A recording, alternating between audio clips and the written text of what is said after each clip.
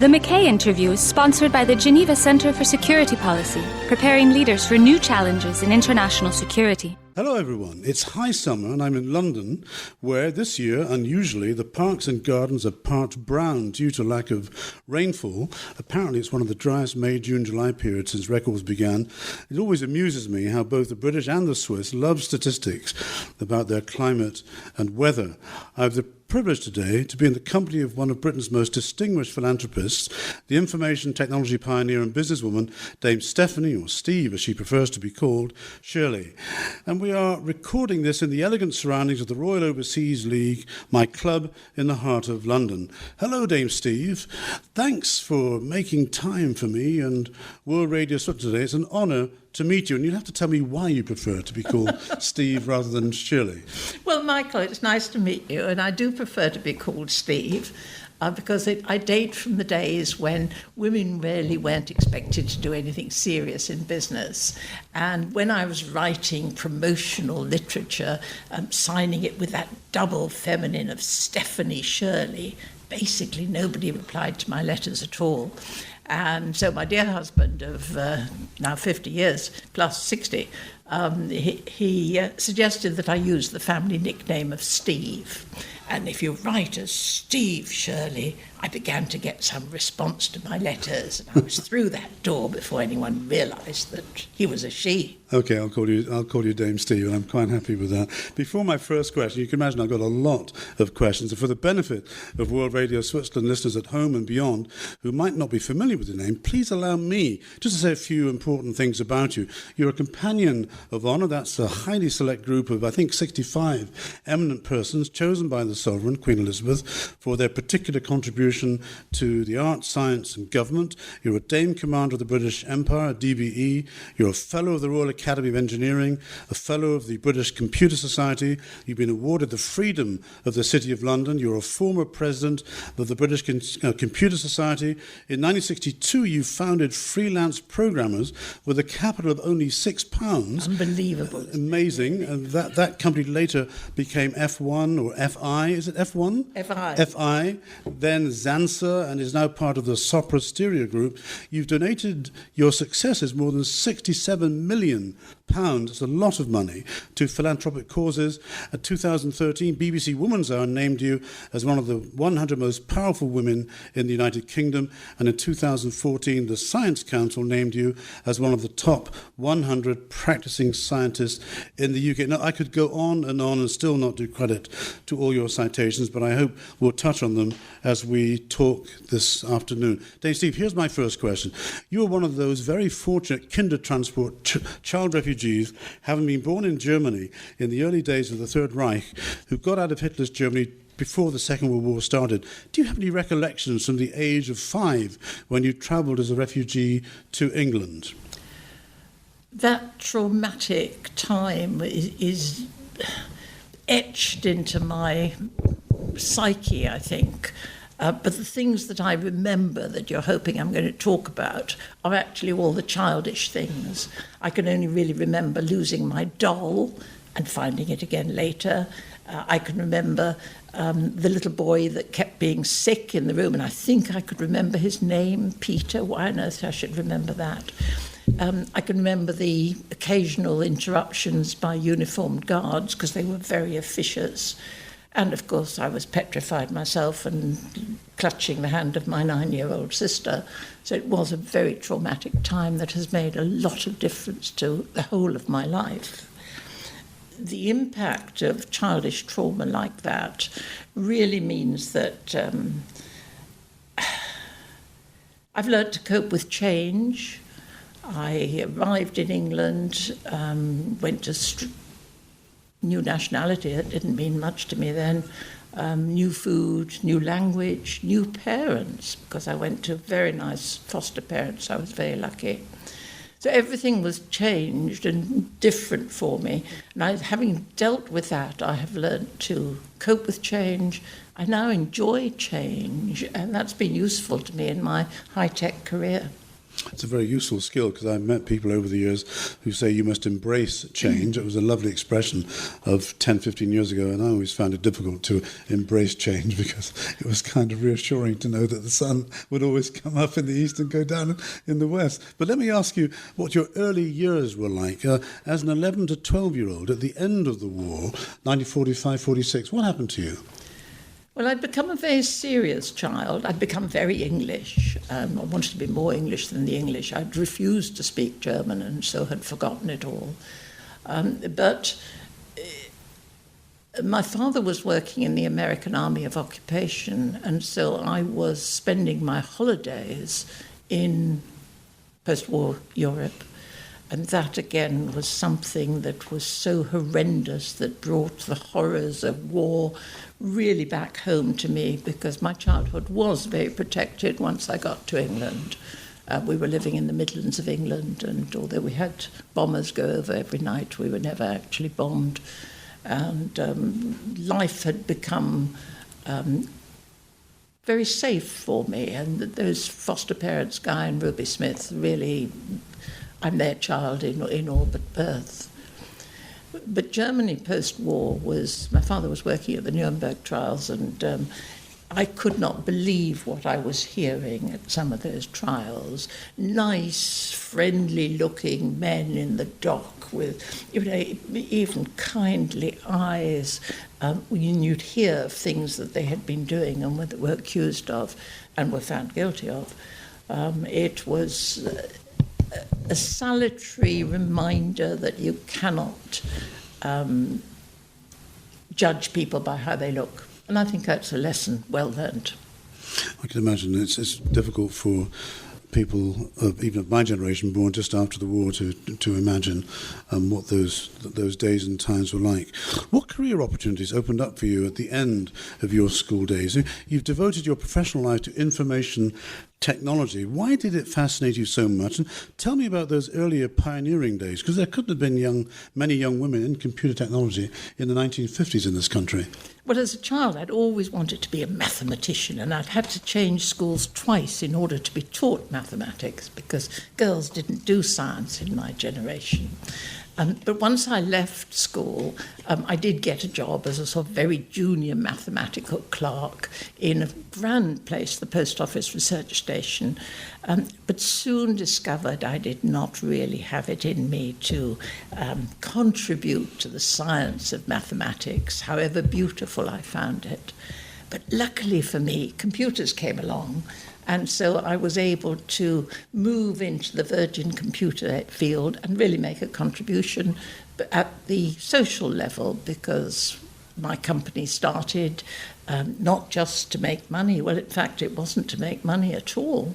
It started as a crusade for women. There was a company of women, a company for women. Women, we worked at home because we'd all got children to look after, or were looking after elderly parents. And it was a forerunner of today's gig economy. So is that what you mean when you say a social aspect of the book? I didn't quite understand what social meant in that context. Well, a social entrepreneur really measures success in social measures. How many people was I employing? How many people with children? How many unmarried mothers? How many mothers? How many single women? Because that was my crusade. And if I made a bit of money at it, when I had to make some, that was an extra. And that was in the late 50s, early 60s? Early 60s. Early 60s, okay. And just to continue a little bit more on that line, you built your businesses around skilled women. So tell me what conditions and opportunities were like in those days for women in the UK, because many of the people listening here will just have no clue unless they listen closely to their mothers and grandmothers. Well, you make me feel very old, Michael. Well, I didn't mean to make you, but you're repository of a lot of information, so I want to make the best out of it while we're together. In those days, really, women were sort of second-class citizens. Rape in marriage was not considered to be a crime. Women were not allowed to drive a bus. We were not allowed to work at night. We were not allowed to work on the stock exchange. Now, I could write software for the stock exchange as a consultant, but I couldn't actually work on the stock exchange. So there were lots of things that I could not do. And so you had to find a way through life that did not break any of the rules, but allowed you to do what you wanted to do. So, tell me what you think about the current progress of women's representation in the upper echelons of senior management and leadership in business and large organisations. You must be aware that in few countries could the progress be described as satisfactory, though the UK, from what I've read, performs relatively well in the statistics of comparison, and Scandinavian women are far ahead, at least in the European League. But what, in your opinion, needs to change to make a more dramatic impact? Or is a dramatic impact what women actually seek? And lastly, it's a long-winded question, I know, Dame Steve, but what must men do to make an inequitable and unsatisfactory situation better? Sorry for the long question. Well, I won't give a long answer then. No, give a long answer. Basically, I am bitterly disappointed at the lack of progress that women have made. Young women today talk, in Britain at least, of the same sorts of problems that they have of sexism at work that I was battling with over 50 years ago, and this still applies. We do now have in Britain equal pay for equal work, but we've just done a very interesting study of the gender pay gap between men and women, which accentuates how women are not progressing in the corporate world. And that has brought out a lot of interesting issues. While men are in a leadership position, they are defining who are the leaders of the future. And so women are continually struggling do we ape men's leadership styles, or do we develop our own leadership styles and then be described as too feminine or too soft or too aggressive? Or I use the word assertive, but you have to be aggressive in business. You know, the whole point about it is making things happen. And that's what I do. That's what an entrepreneur does. I think women really need men to support them so that it's not just something that women are talking about. Some of our behaviour is sort of self-defeating, and we need help perhaps to get over that. If you speak, my natural way of speaking is very indirect. It's not that I pussyfoot around things, but I sort of say, I wonder if we should shut the window. Whereas a man would just sort of say, Steve, go and shut the window, straight, direct. And that's a worldwide difference in how men and women communicate. And as you will know better than anyone, communication is so important in business. It's not really how clever I was in technology, because, yes, I worked very hard and had a few ideas, but it's my ability to deal with people and make things happen that have really been the driver of success. But tell me a little bit more, because you expressed your disappointment in the lack of progress quite forcibly there. Tell me a little bit more about why you believe that progress for women has been so slow in this country, and maybe wider afield than that. I think if I knew, Michael, I'm curious to know. But you must have you've experienced a lot over those years. You must have a sense of with those things. Is it just about lack of assertiveness, or are there other things in the way in which the organisations are structured around men because men are in the driving seat? I'm just curious to know. I think the organisations are structured, society is structured around men because men have been in the leadership position for generations. The cult and cultures of business are very strong.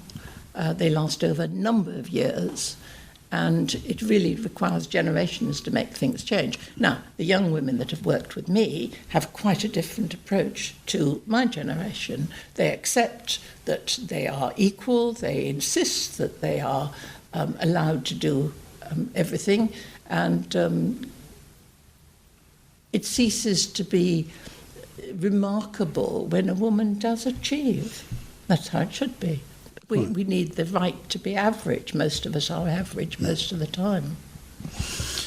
Today my guest is the eminent philanthropist, information technology pioneer and businesswoman, Dame Steve Shirley, and we're in London. Dame Steve, you give a lot of public performances, and you have spent a large part of your life giving back, so to speak. Do you speak largely on the subject of women in business? And what sort of events do you have coming up soon? And what do your audiences like and expect to hear from you? I like to talk about values. I recently came across the phrase value recruitment, because I really like to surround myself with people with interesting values and good values. When I talk on a public platform, I'm trying to talk about good and evil in the sense of my woman's story, in the sense of an entrepreneur, and an entrepreneur that I took my company into co-ownership. So my today's activities are philanthropy, so that's another topic. But I also get asked to talk about my childhood. And so I have, in recent years, been talking more and more about the Kindertransport, simply because it is slipping from human memory. And I'm one of the few people that is still compos mentis and can talk about it, both what I recollect, and I talk about my whole of my family's story in exile. So I'm trying to give the, I've been described as disruptive, and the first time that happened I thought they were being rude, but I am disruptive. I try to change the status quo. I try to move things on. I try to suggest alternatives. And the conferences that and invitations that I accept are very often a female audience, very often graduate level, sometimes people of my generation, but in the main they are ambitious women. And I'm selling my book at those events. My book is called Let It Go, and it's selling quite well for an unknown memoir. It's a memoir, not an autobiography. It's going to be made into a film, so maybe it'll sell a bit more after the film is made. But audiences really want to hear Poor Girl Makes Good, the ups and downs of my life, particularly perhaps of my family life, which included our first and hence only child was profoundly autistic. And so there's quite a lot in the book about the problems of bringing up a child that he started off all right, and then at about 2.5, he lost the little speech that he had and turned into a wild, unmanageable toddler. He never spoke again. And that was the beginning of autism actually dominating my life and now dominating my philanthropy. And this something coming up soon, I believe, at a conference that you're involved with. Well, typical of the Women's Conference is the John Simmons Leadership Conference that's coming up in November. And that is what? Tell me a bit about that, please. Well, I've only looked at the programme for last year, because this year's is not yet out. I'm talking about an afternoon with Dame Stephanie, so I think it's quite informal. Previously, they have had speakers such as Mary Robinson, she was the on this Prime show. Minister of Australia. So it's very much high-performing women leadership, both in musical and art terms and in technology and politics. Women have always done rather well in politics, though it's not something that would ever appeal to me. But, going right back to Bandaranaike in Sri Lanka, the very first women leaders came out in politics. But that's more often a nation thing. I mean, Thatcher was really a phenomenon at the time here, and then it took a long time until we had May. And there are many other European countries, and one thinks of France, for example, Italy, where women really don't feature in the upper echelons of government at all. I think that's the importance of the first person that opens the door, and I feel I've opened the door for many women in technology and elsewhere. I was the first woman president of the British Computer Society, as you've said. Since then, there have been several. And I think now one would hardly comment worthy. I have to ask you this question, given your very unusual migration to Britain in 1939 and the fact that I too am an immigrant, a Windrush generation migrant, having arrived in England some 10 years after you, under quite different circumstances and much, much less dramatic circumstances. But what is your view, Dame Steve, on the current debate about migration in the UK and Europe, and even in that quintessentially immigrant country, America?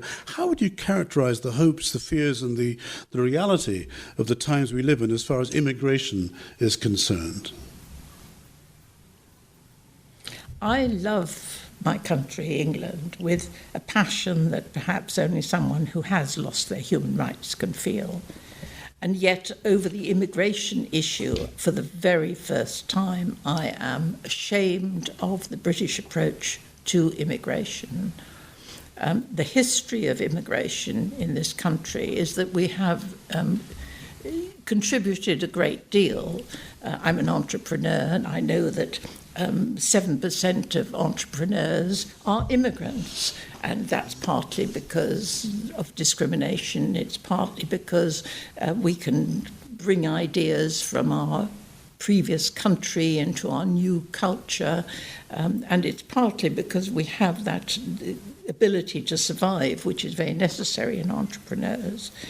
So we really have an impact to GDP. And I try as a philanthropist also to sort of show that I'm giving back. Yes, I'm an immigrant, but I love this country and I'm giving back. And that will always be like that.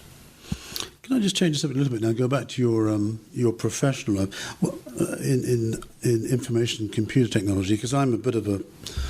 Well, I'm pretty useless in that area, so these are sort of basic questions. What do you say, Dave Steve, what do you say to those somewhat bewildered, even intimidated by the rapid increases in the pervasiveness of today's information technology, unsure about the benefits of so-called big data, anxious about artificial intelligence and cybersecurity, worried about the almost certain loss of jobs, but the uncertain creation of new jobs to replace them? The young will inherit, but what should those in middle career do? What should those do to best prepare themselves for further rapid advances in technology? And my last question is it Luddite behaviour to fear the future as far as information and communications technology is concerned? Well, as far as I can remember history, Luddism was opposition to technology rather than fear. Well, they smashed up the machines, I think, Absolutely. didn't they? I think it behoves us to be fearful and to be sensitive and to consider that in history shows that new jobs will arise. I don't know what they're going to be. They will be different and they will require different attitudes from the workforce. My fear always is that the fear of too many fears. The fear of technology can very easily turn into deeds, and to be anti-technology forgets that it is neutral. It's the use we put technology to that makes a difference, and is as important. Technology itself is neither good nor evil.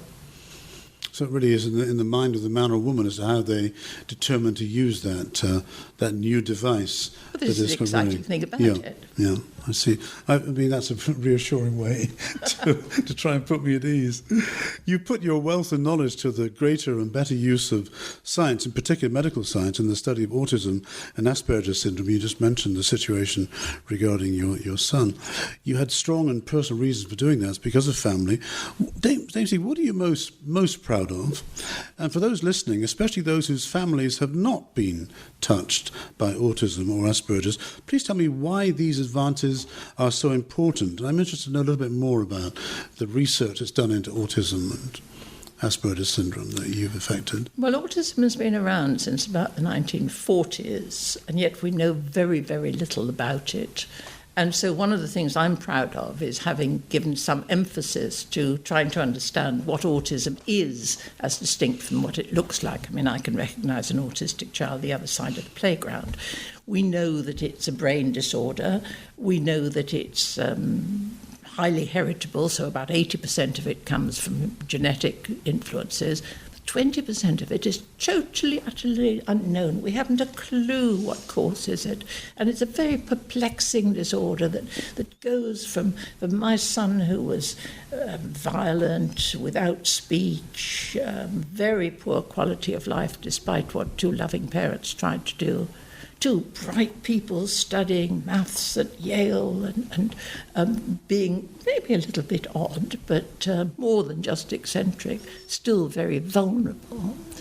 One of the things I'm doing currently is to make sure that people with autism can get into employment.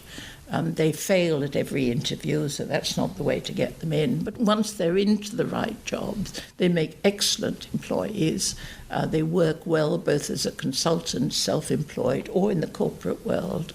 And just about to publish a book I've sponsored on autism works. Now, that difference of making autism viewed as a social part of humanity rather than a disability is what I'm most proud of. Can I ask you just one other question? I remember having this discussion with Professor Henry Markram a couple of years ago of the Human Brain Project, because he also has an autistic child. It just seems to me that 30, 40 years ago, when I was a young man, you hardly heard the word autistic. Now, is it that the definition has changed, that the goalposts have moved, or is it that there's just been a much deeper reservoir of research which now brings this to public attention? Well, you're quite right. The definition has changed and broadened, so very much so. But in my generation, people with autism were hospitalised. My son was in a locked ward of a hospital for 11 years. There are still a few hundred people in Britain that should be out, but they are extremely vulnerable, and that's where they went, so we never saw them at all. Life was very tough. I see. Thanks. I didn't understand that part of the reason. It's probably, Daisy, it's probably indiscreet of me to say this on radio, so please forgive me. But I run the risk only because it is public information on your website. You are now in your 9th decade, and you are still busy and active, as is evidenced today. What is there that you still want to do and want to see? I think I am focused on autism. I want to really understand autism, and I want to, I've set as a mission to halve the global cost of autism, largely by getting people into employment by 2020. The original date was a bit earlier, and I've moved it on a bit, so I'm not sure I'm going to make it, but I hope to see that. I'm sure you will. Dave Stevens, thank you for spending this time with me today. It's been an absolute privilege for me to meet and talk to you. My guest today has been Steve Shirley, one of Britain's most distinguished philanthropists, an information technology pioneer and top businesswoman. Thank you, Dave Steve. Pleasure to be here. Before I come off air, let me explain further what Dame Steve Shirley said about the Simmons Leadership Conference. It'll take place in Dublin on the 13th and 14th of November. Just Google it for more information. Thanks for listening. The McKay interview is sponsored by the Geneva Centre for Security Policy, preparing leaders for new challenges in international security.